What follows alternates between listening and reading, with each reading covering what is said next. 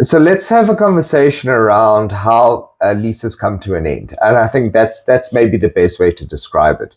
How does a lease come to an end? Now, there's numerous ways that a lease can come to an end. The one that we most commonly get asked about as attorneys, obviously, is when somebody does something wrong, like the tenant doesn't pay rent, then the lease is cancelled, right? But there's other ways the lease comes to an end. For example, maybe the time runs out in a lease and it's time for the tenant to move out. That's another way a lease comes to an end. A lease may also come to an end. Month-to-month leases may come to an end if a person gives that month notice requesting that the tenant move out, or the tenant gives a month's notice advising the landlord that he or she is going to move out. So these are all different ways that leases may come to an end. And now, going into slightly more detail, some of the confusion around the 30-day notice versus 7-day notice, like which notice must I give? It comes again around the fact that some leases are running on a month-to-month basis.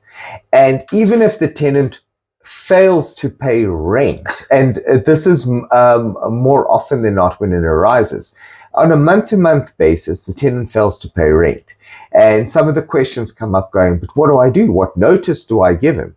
Effectively, it's the same thing, right? Now, you can place him on terms, and you can send out a notice placing him on terms. Remember, in terms of the Consumer Protection Act, you normally give 20 business days notice requesting that the tenant rectify a breach before you're able to actually cancel the lease agreement. But on a month-to-month lease agreement, if you're sending out a 20 business day notice, or you're just giving the tenant notice that he needs to move out the property at the end of that 1 month period, it is pretty much the same thing.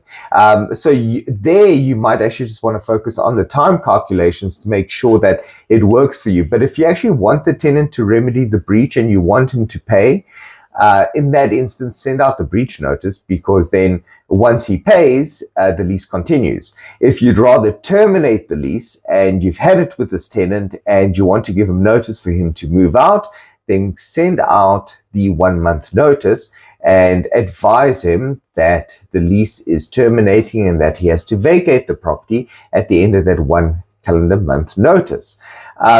This does not impact your rights to claim the rent from the tenant. So either way, you can claim the rent from the tenant. You're just choosing by which mechanism you're bringing this contract to an end. So that's one thing to remember. Remember, CPA does typically apply to most lease agreements because landlords that have investment properties are considered to be carrying on a business. There are exceptions to this rule, but I think it's maybe 2%. So it's not something that we can delve into. But we've seen a couple of exceptions. Somebody temporarily moved abroad and rented out their property. That was one exception. And for example, if you're renting out to family members and it's not really in the course of trade, you might be able to not have to send the notice in terms of the Consumer Protection Act. I hope that answers that question. Yeah. So I thank you very much, Bruno.